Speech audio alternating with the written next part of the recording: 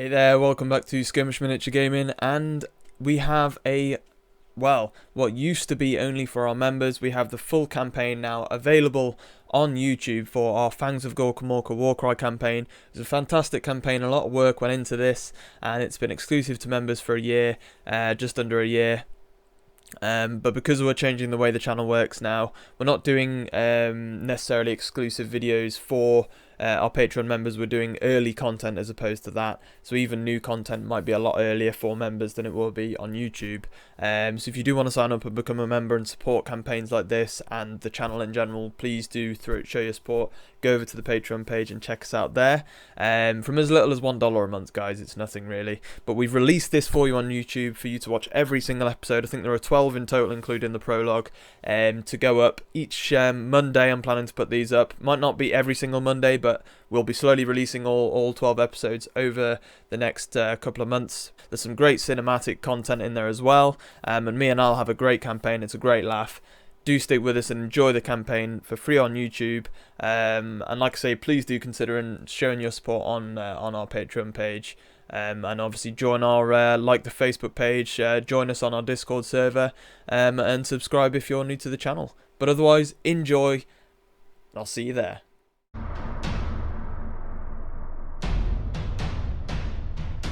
Master, I send this with great urgency, as the Orc clan have been seen leaving the Mork Badlands. The beast leader Krom Heart-Eater has spread chaos across Rakarth and invaded the Bonesplitterz camp, taking their sacred totem. This has angered them, and they have surged across the Badlands to make chase. The Fangs of Gorkamorka are led by Gorkfang, and he's enraged with WAAAGGGHHHH energy. However, his favourite executioner Goodog Bonesplitterz took off alone after the Chaos Beasts and has not been seen since the attack. The Orcs are about to cross the mouth of Mork, but I reckon Bonecracker and his Iron Jaws will likely have something to say about it. I don't think he will let them pass. What are you and your Fangs doing here, Ugga? Nobody gets through the mouth of Mork if Bonecracker at the Cunning has something to say about it. Ain't that right, Basher? That's right. Basher, stop you all. Nobody gets through the mouth of Mork. You let us through, Bonecracker. We's got business with them thieving beasts. No more gobbing. Time to crack some skulls. Charge! Ah, so be it. Get 'em, boys.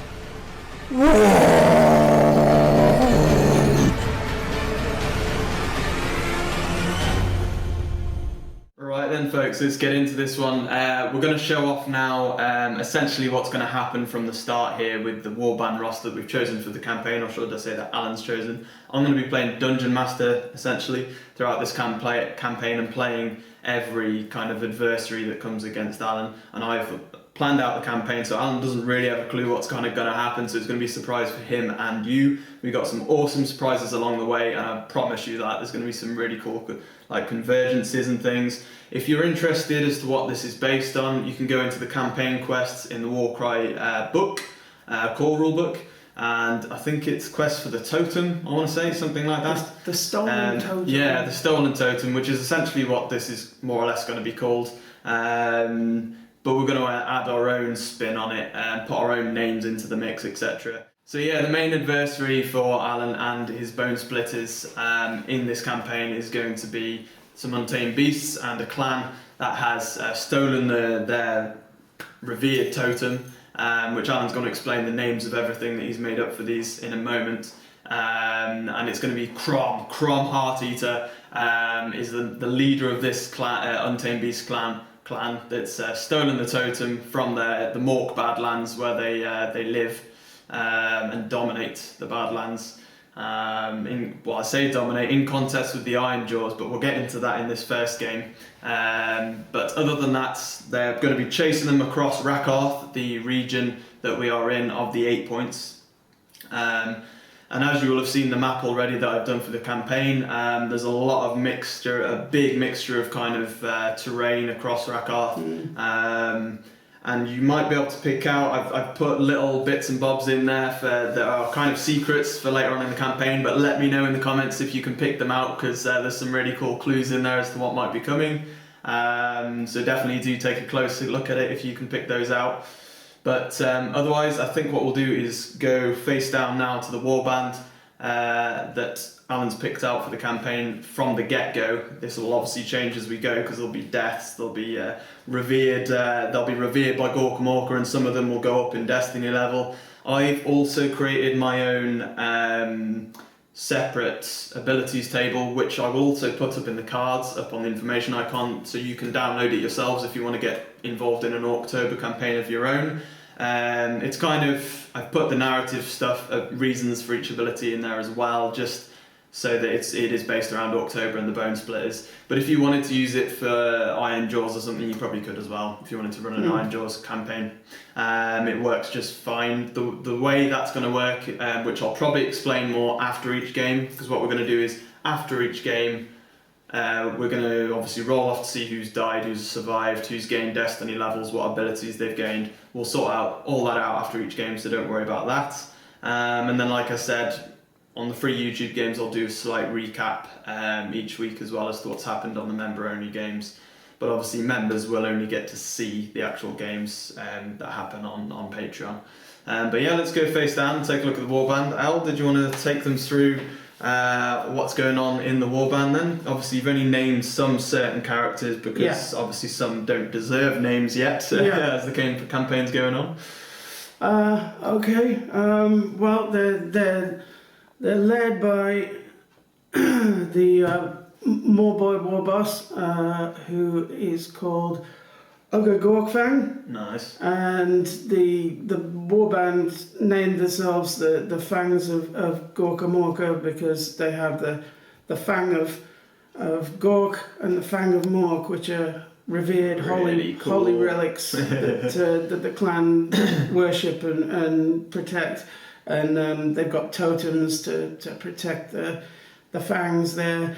And we got a couple of more boys and a couple of totem boys. They haven't earned themselves names yet. But yeah, the Fang of Gork, Fang of Mork, and Gork Fang. Can you remember the shaman's name? The shaman is named Mazog Bonesinger. Nice, so Mazog Bonesinger. And narratively, I suppose the shamans with Bonesplitterz, as we would have seen in the cinematics, are the ones that drive Bonesplitterz mad, keep them in the WAAAGG, and essentially push them to whatever the goal or end they wish. And this is their totem, that they worship. What did we name the totem in the end?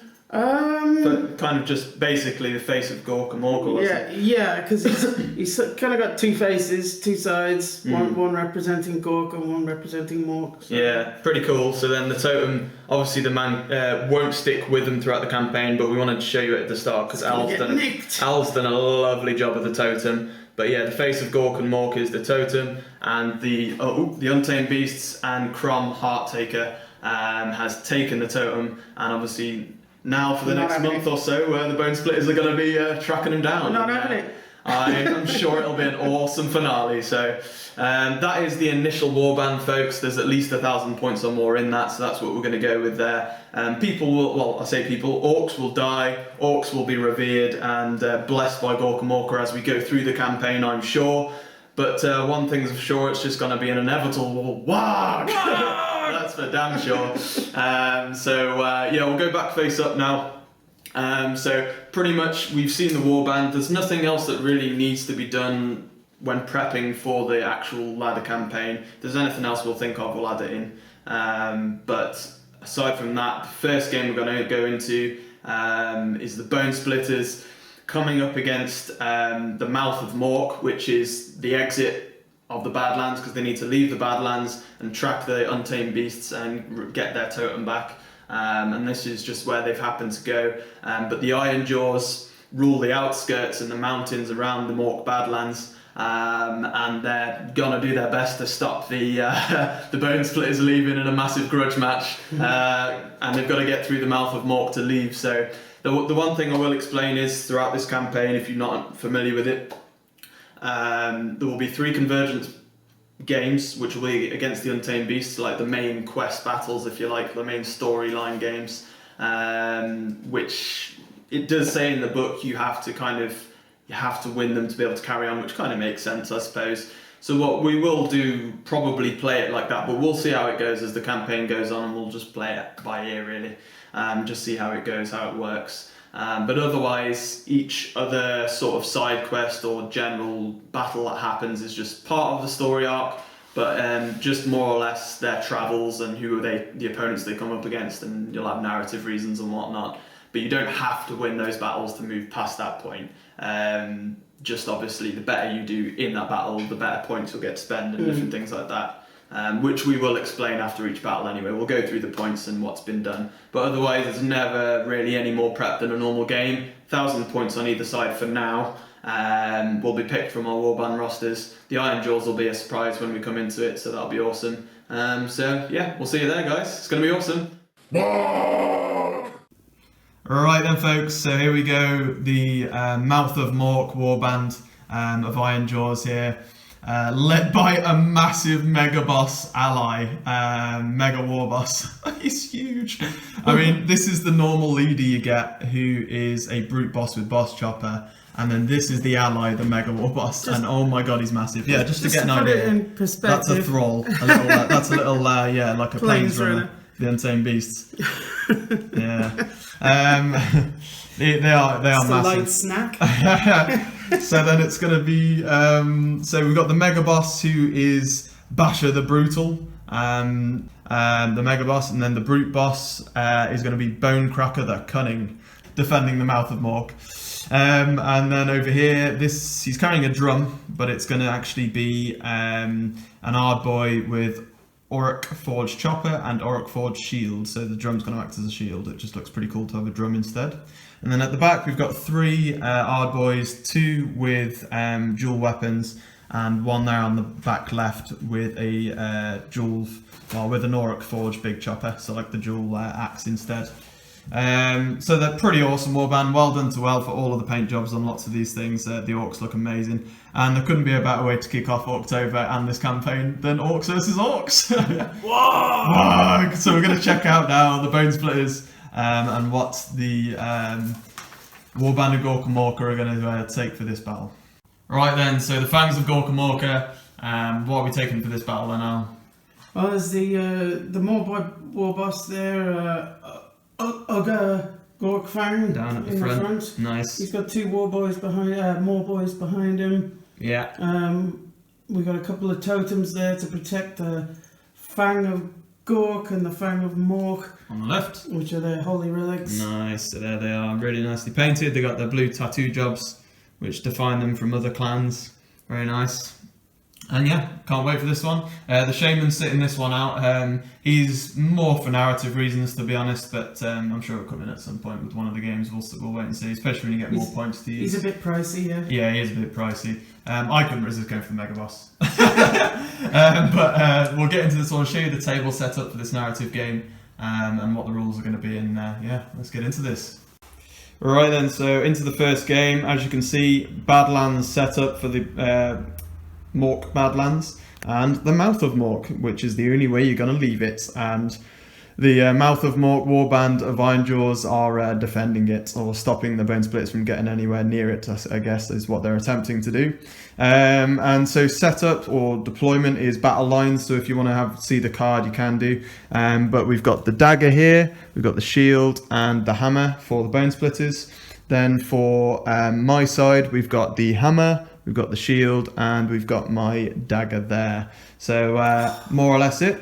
And yeah, I think we'll get into a roll-off for priority to see who's going to have to actually deploy these first, because this is just to show you where they're roughly going to set up, but we've actually got to deploy them now. So priority roll then, so we've got the Iron Jaws, or 1, not a good start for the Mouth of Mork, and the Bonesplitterz, WAAAGGGHHHH already, winning the priority roll, but that means that obviously narratively we've set up already for sides and things, and we've chosen who's blue, who's red, which is going to happen for most games that we do. We don't want it to be too random. But now, essentially, because Alan won the roll-off, he'll be deploying his first, followed by me, followed by him, etc. So we'll do that, and then get back to you with where everything's properly set up.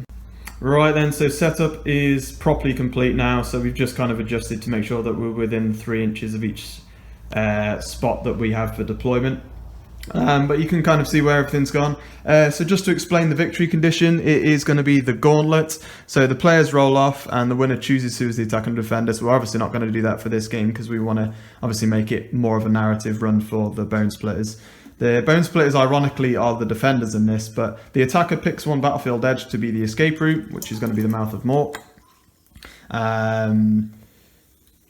Any of the defender's fighters that finish a move action within an inch of the escape route can escape the battlefield, remove the fighter from the battlefield, but do not count them as being taken down.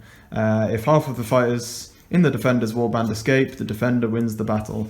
If half of the fighters in the defender's warband are taken down, the attacker wins the battle. So we'll just have to wait and see how it goes, really. So I've got 7 models, so I can get 4 off? Basically, yeah. I think we'll give you the more models to try and take down, basically. And then, yeah, I think we'll just wait and see how this goes. And, yeah, that's pretty much going to be try and get off, I suppose. So we'll wait and see how this goes, but it's going to be essentially 4 battle rounds, and then we'll see if it carries on after that, but I think it will have ended in some way or another by then. I'm going to use 2 twists, more or less, for each battle that we do for this campaign. We've got Eager for the Fight, so add 1 to all move characteristics of all fighters in this battle, so everyone's got +1 move. Then Encircling Direflock, so Direwing vultures from Bavarian Spire Circle are circling over the Badlands battlefield, over the mouth of Mork, and picking off anybody in their shadow, basically. So in the hero phase of the first battle round, after the initiative has been determined, players do not receive a wild dice. So the first battle round, we don't get a bonus wild dice. I think that kind of settle things at the start, because otherwise abilities could really screw things up very early on. So no wild dice until the second battle round onwards. But everybody's on the battlefield. We're all ready to go. Let's get into this one, Al, with some initiative roll-off. So for the Iron Jaws, the Mouth of Mork. Oh, okay, tasty. 222, double 1, and a single 4. So what are you getting for the first roll of the campaign? Here we go.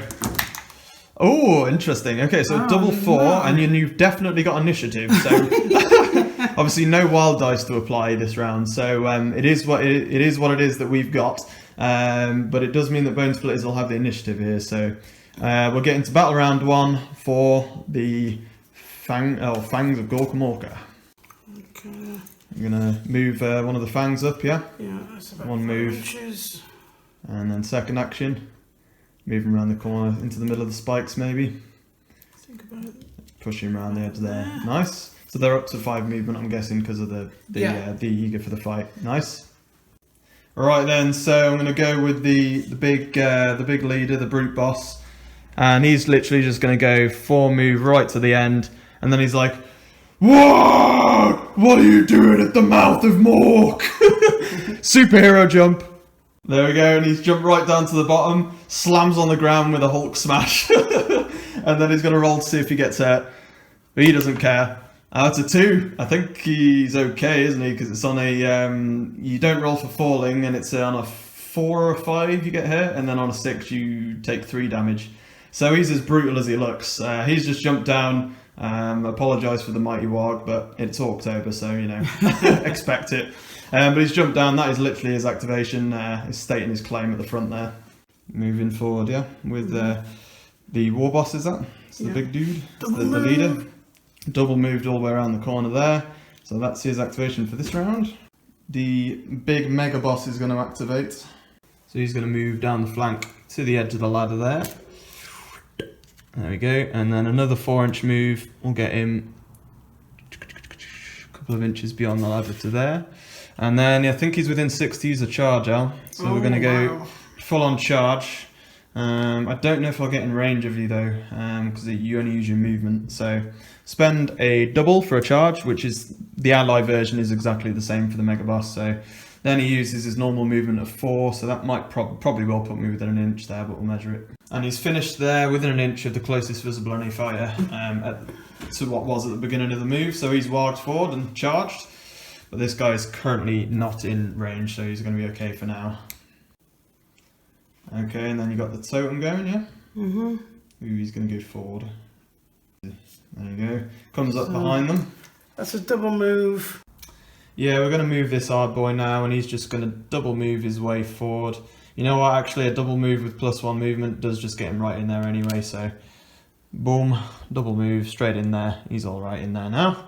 Get into within an inch of one of the fangs. Fang of Gork, that one is, I think? Yep. Because he's Gonna not, move under he's not the grunts. Engaged. Yeah, not quite engaged yet. Gonna creep round the edge. Get around there, nice. And stay out. Sneaky, sneaky. Not even playing grots either. But then it's going to be, let me have a think here, onto my activation. Okay, we're going to activate the other hard boy over this side. He's just going to do an 8 movement and get just around the rock edge here. And that's going to be his double move. So 3 inch disengage. And then another move, I guess. And then you're going to use rush with your double 4, yeah, just to get that extra inch movement. Get 6 inches down the side there, and that's him done. We're going to go with the hard boy at the back. He's also going to do a superhero landing, boom, straight down, drops his drum. Let's see if he gets hurt. Oh, that's 3 damage to the hard boy. That's why he's not the leader. I mean, he just fell down and broke his leg, whereas the leader just perfect superhero landing. But then he does have a move left, so he's just going to move forward here. 4 to get to just in behind my leader there. There we go. That's him done. So the Fang of Mork now, he's going to move, double move, yeah. Just get all the way down the flank there. Interesting. Getting all the way down. Right then, so my activation, I'm going to activate the hard boy here. WAAAGG! We're going to get forward. It's going to be spending my 222. We're going to charge. So he gets a 4 inch move towards the closest enemy, which will be the Fang there. There we go, 4 inches will get me within an inch of the Fang, so I'm going to come around the edge there. And then I've got 2 actions left. Strength 4 versus toughness 3, because I suppose they're light armoured, aren't they, Bonesplitterz? So here we go, needing 3s. Ooh, so we've got a crit and a hit, that's 5 damage. And then we've got that attack again, because I get a second action here. And that's going to be another 3 damage, so that's 8 damage overall from the little hard boy. So double move for 10 with the last fight, which is the totem. He's going to double move straight towards the hard boy there. And that will end battle round 1 in this narrative game. So looking pretty awesome already. We've already drawn blood down here. But yeah, I think we'll get into a roll-off for initiative for the second battle round, because there's no reserves coming in either. So let's just get into this. So initiative roll, the Iron Jaws. Oh, okay, wow. Trip 6, and we've got a wild dice this turn. That's gonna hurt. A double 2. See ya. Yeah. A double 2 and a 3. Okay, awesome. Go for it, L. What are you getting? Oh, it's an auto quad and a double 5. Bloody hell. Oh wow. Okay, this is brutal already. I've made a quad 6, a double 2 is I already had, and I've got the single 3, which is why I had to choose my wild dice first. Al then made a triple 5, and he had a quad 3 automatically. So we've both got a quad, and Al's got a trip over my double, so we'll see how this goes. I will have initiative though, so it will be my activation first. So we'll see how this goes as we go into battle round 2. Right, I'm going to be incredibly orky with my first activation. I'm going to double move. I've got 8 move plus an inch there to get over these spikes and just squeeze myself into there, in between those 2. So I've trapped them 2 in. That's his 2 actions used, but then at the end of his 2 actions, I'm going to spend my quad 6 and Mega WAAAGG. That is what a Mega WAAAGG sounds like, apparently.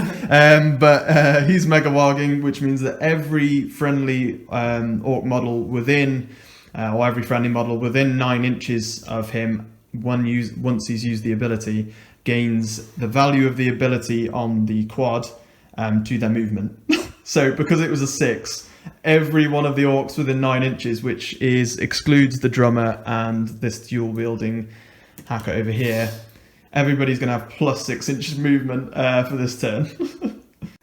activating the war boss. He's going to push forward slightly, and then I'm guessing you kind of want to warg in between your movement. Yeah. Okay. So Spending your 555. spending a 555 to warg. Okay, so that does. Is it everyone within 6 inches, including Yeah. himself? I'm guessing. So Yeah. they So- get. What do they get? The value of the dice added to their movement. Nice. So that's kind of like what I did with the mega boss, but mine's 9-inch aura. So yeah, he's done it it's for a mega for a warg. triple. Yeah. Um, So the warg plus 5 movement to everybody. They obviously won't get it to the disengage. These guys, but yeah. Otherwise, you've got 1 action left with him as well now. So 10 inches gets him under the bridge line and straight up there. With a 10-inch single move. Right, we're going to activate this hard boy here, and he's going to go 4 inches just to get within an inch there of the war boss, because he was out of the 9-inch aura. So he will just stick there, and then his second action, he'll just do an attack, which for him is 3 attack dice, because he's got a shield instead of 2 weapons. Strength 4, what's toughness of your war boss? 4. So 4s. Oh, that's brutal. Okay, that is 9 damage from the hard boy from 1 attack. Brutal. disengage. Around the corner, and then you've got 10 move, right? So as soon as you disengage, you've got a lot of run space there. You're nearly going to be getting off the board, you know.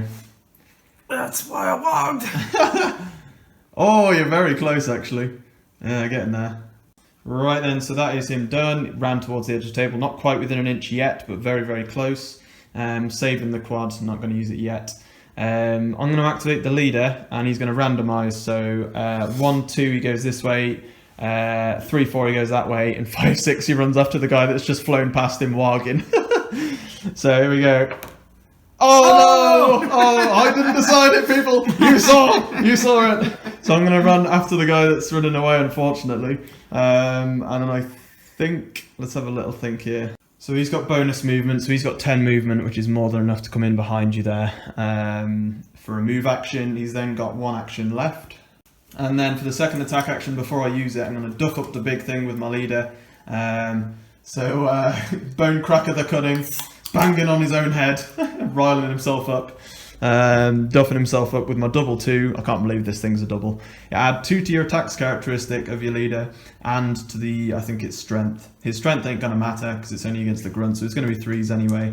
But he is now on 5 attacks, hitting on 3s instead of 3 attacks. So see what we get here.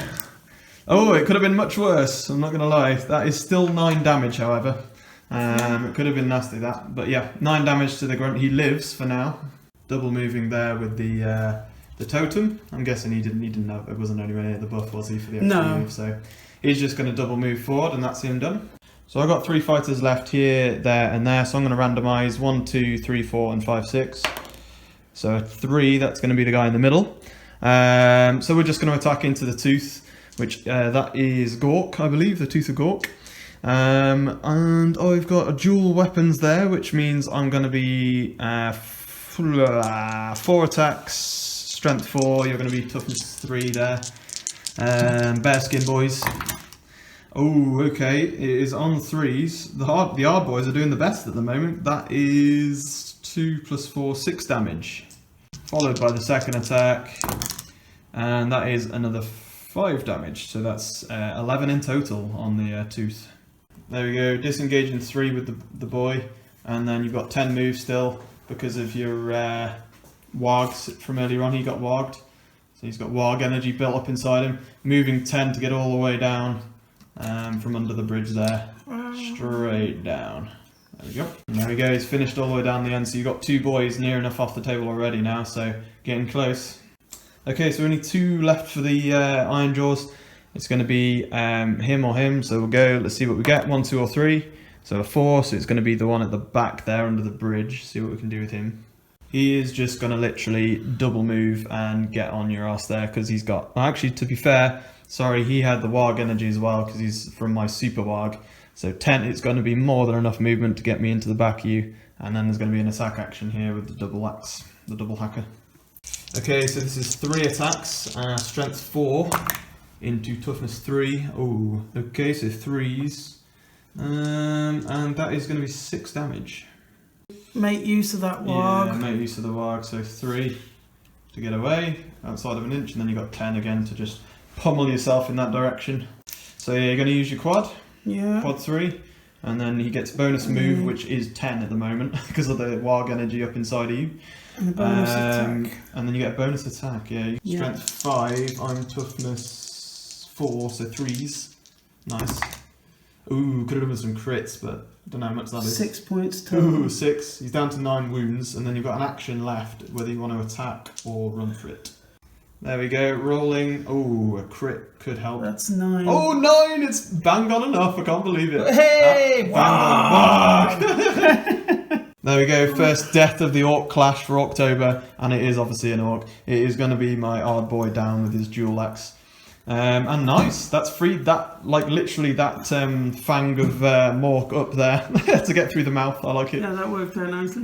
So the hard boy here is last to go for me, he's just going to attack right into the tooth there, since you're right in front of me. In fact, actually, first he's going to move in and just make life more difficult. He's going to keep you both in. Typical Orc, he's just pushing himself further in. Then he'll have one attack action. He's going to go into, I'll tell you what, we'll randomise it. 1, 2 or 3, it's the Fang. It's not, it's the totem. So he's going into the totem. Oh no he's not! So he used the movement to get through, but then he stumbled over. So you're going to disengage with the tooth, yeah? Yeah. He's going to get over to there. Yeah. And then tooth is just going to push It's in got here. a 5-inch move, so you can. Do you want to just push him into the side? Get him to push into the back there with the tooth of Mork. And then the only one left to go is your totem, so you might as well do that straight away here. 3 dice, strength 4, 2, 4. Okay, with the totem into the arm. There we go for it. Oh, one hit, not so 2 good. points. Okay. Okay, so second attack, I guess. What's your strength? Just 4? Yeah. Yeah. So it's going to be 1 hit then, I guess. Yeah. So another 2? Another 2. So it's 4 damage in total. damage. Alright then, so that is that round, I believe. That's battle round 2. Pretty good for the Bonesplitterz. They're making it now towards the edge of the table edge, just in time, because it's coming towards the end now of the last couple of battle rounds. So we're going to go here and roll for initiative for the battle round 3. Alright, here we go. So things are really warging up now. The energy's full on building. You can literally see the mouth of Mork moving. Okay, so the Iron Jaws. Ooh, trip 5, and we both got a wild dice to spend here. That could be interesting for me. I've pretty much got the same as last round, actually. Double 3 and a single. Okay. And then the Bonesplitterz. Ooh, double 6 and double 1 and 2 singles. Okay, so you have the initiative, so you've got to choose a wild dice here, Al. Alright then, so Alan has initiative, so he chose his first. He made a triple 6, so you can get some of that warg energy, keep that warg energy going. I've made a quad 5. I need to stop these Bonesplitterz getting over there through the mouth of Mork now. That is going to be it for initiative dice. Al has initiative, so he gets first choice here for the Bonesplitterz for battle round 3. Busting a warg with your trip 6, yeah? Yeah. So that means even the totem's in range here because we measured. So you've got the 2 tooths. You've got this boy here, and you've got the totem bear at the back here, and the war boss himself all get plus 6-inch movement this round. Definitely getting them off the table, I'm guessing now. So you should be able to do it this round, I think, but it depends how much I can kill before you get off, I reckon. So disengage in 3 inches to get yourself there with the war boss, yeah? Yeah. Then he's got 10 movement. Yeah, so we'll work out, see how far he can possibly get up this rock and climb over to get off the battlefield, maybe? We'll see. Okay. So the war boss, basically, he's within an inch of the edge of the rock face. It's about 6.5 inches to get to the top of it there, because that's how tall it is. And then he's got about 3-4 movement left there to get within an inch of the edge of the battlefield, which will count even if you're on top of the rock. It's still the edge. So as long as you don't mind me doing the honours there. Whoa! Off the edge of the battlefield. So the war boss is safe. How thematic. He's led the charge, and we'll keep him aside. He's classed as alive as well from this battle, so at least the leader didn't die first battle. That's always good. So that's 1 off. You need to get 3 more off to succeed, and it's looking pretty likely, but it is now my activation here, so Indeed. we're gonna have to see what I can do here. Right, I'm going to activate my leader. He's going to try and take as much out as he can before they get over the line. So he's going to attack that guy first. 3 attacks to try and stop the boy getting off. Here we go. It's going to be on 3s for sure. Oh, a crit. A crit. It does do 6 though. And that's going to take him down, yeah. That was enough to take him down with 6. So it was bang on enough actually, because you were on 9 health. Well, 9 hit points, damage points, weren't you? So killed him for an action. Then I think we're going to try and do some sort of rampage here. So then we're basically going to rampage with the leader. He's really riled up now that these guys are trying to get through his mouth.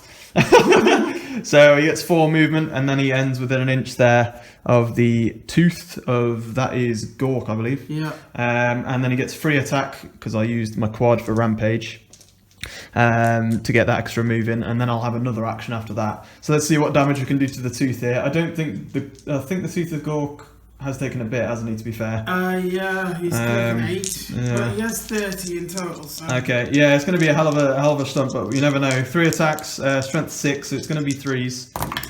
Yeah, that's a good start. That is 9 damage already. And then the next attack action, it's going to be for my second action, should I say, because that was from Rampage. That's another 9, okay. 26 damage for the Tooth of Gork at the moment, so he's on 4 health left. Nearly dropped the Tooth of Gork there. Get him off the table. Getting your boy off the table, just 1 move, gets off the table. Nicely done. That's 2 for Al. Needs 2 more off the table. It's getting close now. Really, really close. Alright, I don't know what to do right now, so I'm going to randomise here. 1, 2, 3, 4, and we'll go with 5, 6, because they're the closest to a 3.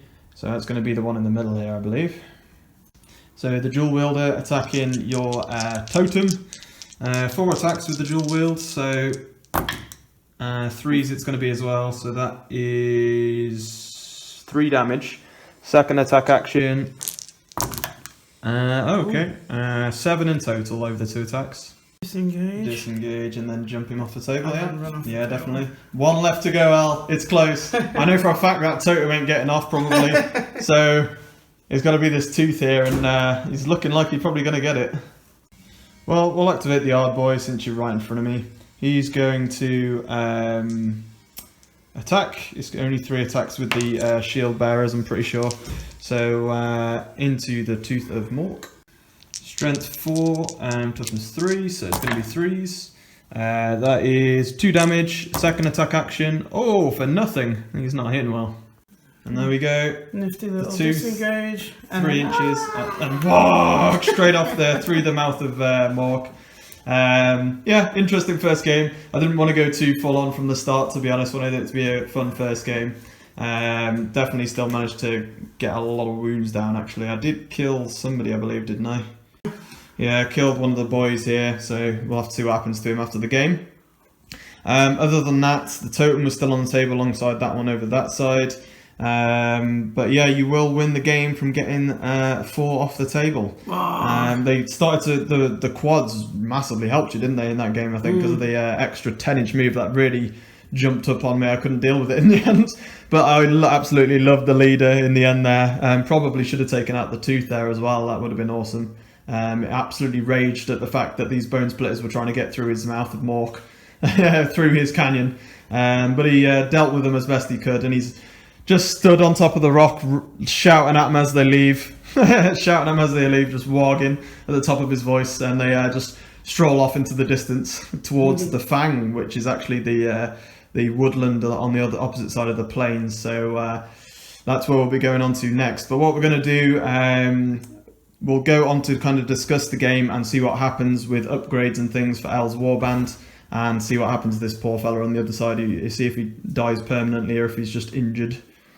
But yeah, we'll see you there. And obviously, guys, the second game, which will be up either alongside this or very close in tow, will be tagged onto this video as well once it's released. In the description and at the end of the video. But if you want access to the full campaign ready for when we start putting up games for members only as well, and we start alternating, please do sign up to Patreon and show us your support. And obviously, if you're enjoying the campaign, you'll get full access to that. And this is just a small taster of what's to happen. The second game on the ladder is a convergence as well, so Al will be going into his first convergence for the next game, which should be very interesting. But we will go on now to sort out the warband and all the aftermath from this battle.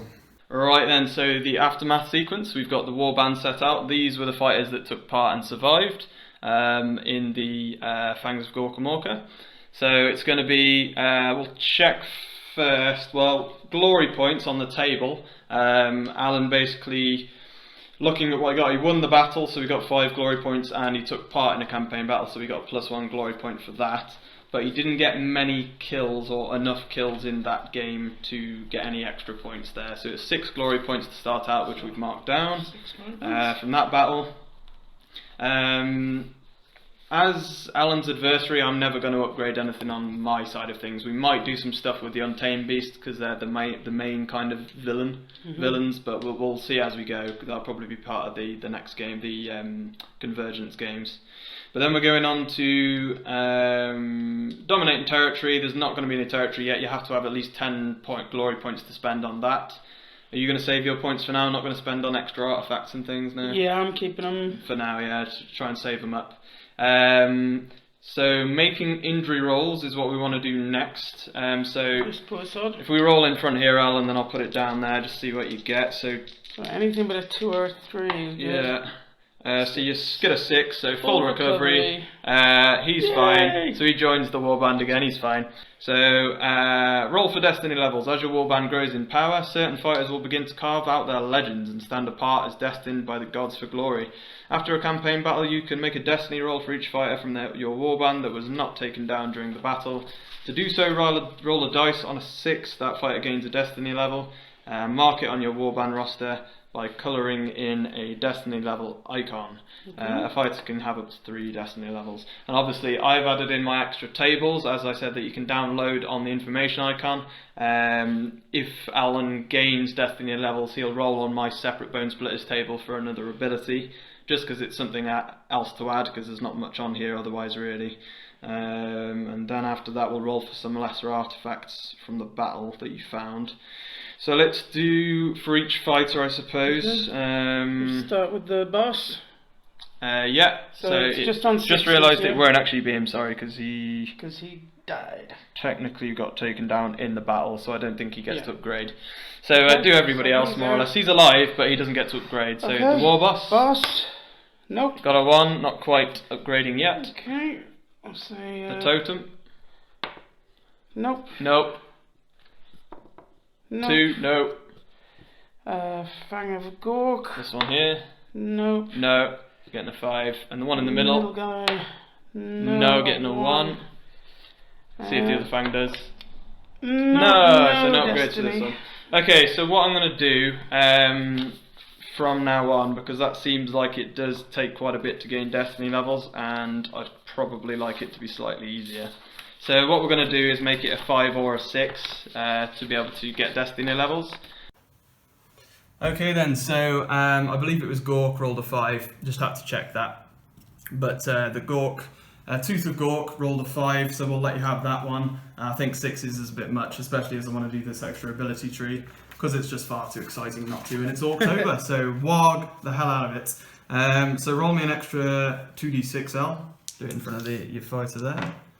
So a 6, okay, so you guys can follow along with this and consult my table if you like. So the first table, you roll a 6, so 5 to 7. The fighter can choose between an upgrade from the table below or add +1 to its movement characteristic. So you can have +1 move forever until you drop that destiny level.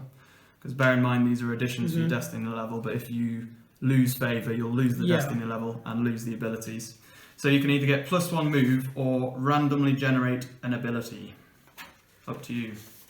From my second table. The abilities are very, very mixed. Okay. And very narrative based. But it depends whether you do want to up your movement a bit with him. It's always handy. I think I'll go with the movement. You are going to go with the movement, okay. +1 So +1 moves, you're not going to consult the Bonesplitterz table, so we'll leave that for next time. Because I think as we go along and you do extra missions, you can hopefully gain levels again. So, because I remember they can only have a max of 3 levels as well. So, what we'll do, he's got +1 move. We'll keep track of their abilities and things, folks. Sorry, the Tooth of Gork. So +1 move for him now throughout the campaign, unless he goes down a destiny level. So we'll see how that goes. But otherwise, I think we've sorted out the upgrade section. You now do also get to roll for, I believe, well, now what you would actually technically do, you could add or remove fighters. You haven't gained any territory, so there's no point in really adding anything else, to be honest. You haven't lost any fighters. So I think we'll just go searching for lesser artifacts. After every single battle, you can search for one lesser artifact and give it to a model. So roll 2d6 for me. Right.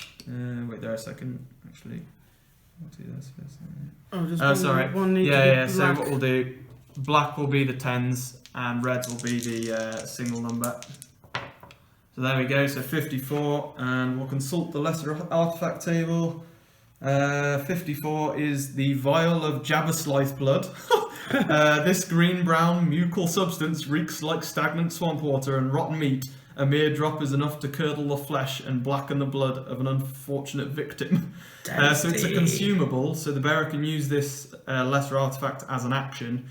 If they do so, add 1 to the damage points allocated by critical hits from attack actions made by the bearer that have a ranged characteristic of 3 or less until the end of the battle. That's a consumable. So consumables, from what I recall, these give the bearer a 1-use action they can make when activated. Once the action has been made, the lesser artifact is then removed from your warband roster.